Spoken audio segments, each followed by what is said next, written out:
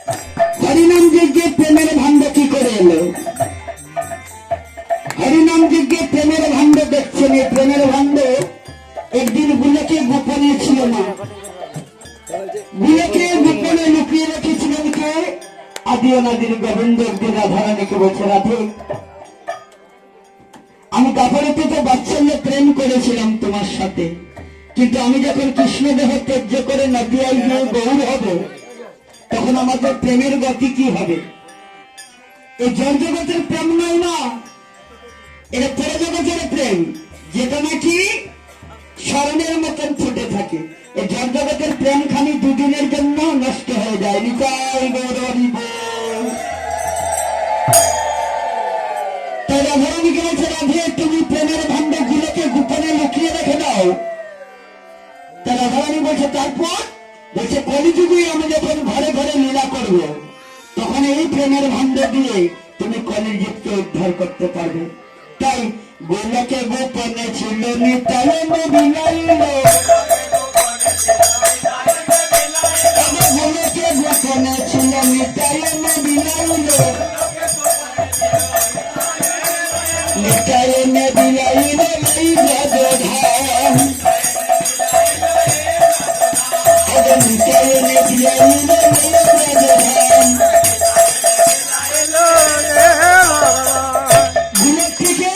আমার মহাপ্রভুর আদেশ মতে হরিনামের উত্তোলনায় প্রেমের ভাণ্ড গুলোর থেকে আনা হল।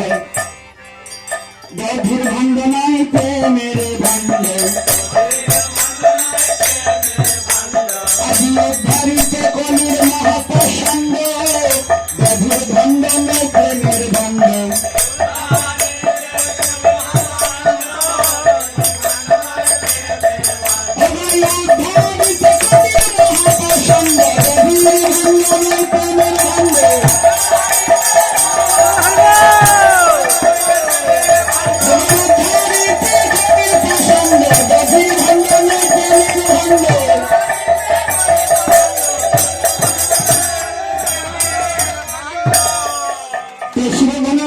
মৎস্যকে ভাণ্ড পদার্পণ করিয়া এবার মহাপ্রভুর আজ্ঞা পাইয়া শিরঘনন্দন,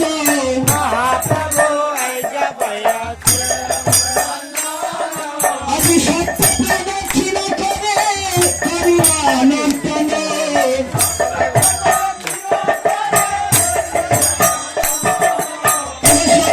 বসে ভগবান কেউ দাঁড়াবেন না।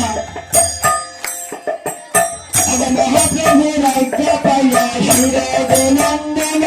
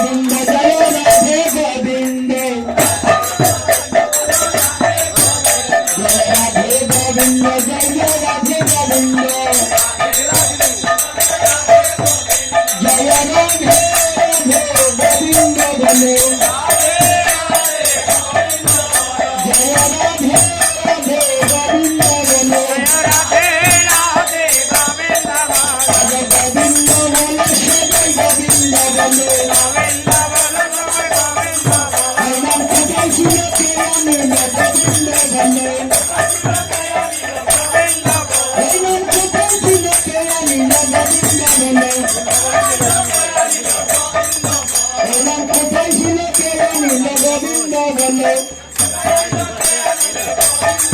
এই নাম রাধার ভান্ডারে হইতে গোবিন্দ বলে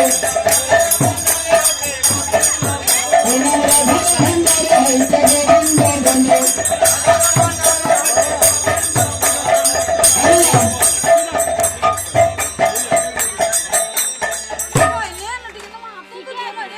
যখন দেবীরঞ্জনের ধুলা মাখার গান হবে তখন আপনারা প্রবেশ করবেন। রঘুনন্দনকে কেউ স্পর্শ করবে না, না হয় মহা অপরাধ হবে। কারণ এত কষ্ট করে নাম শ্রবণ করলেন কিছু সময়ের জন্য, উত্তেজিত হয়ে প্রেম আদায় করা যায় না।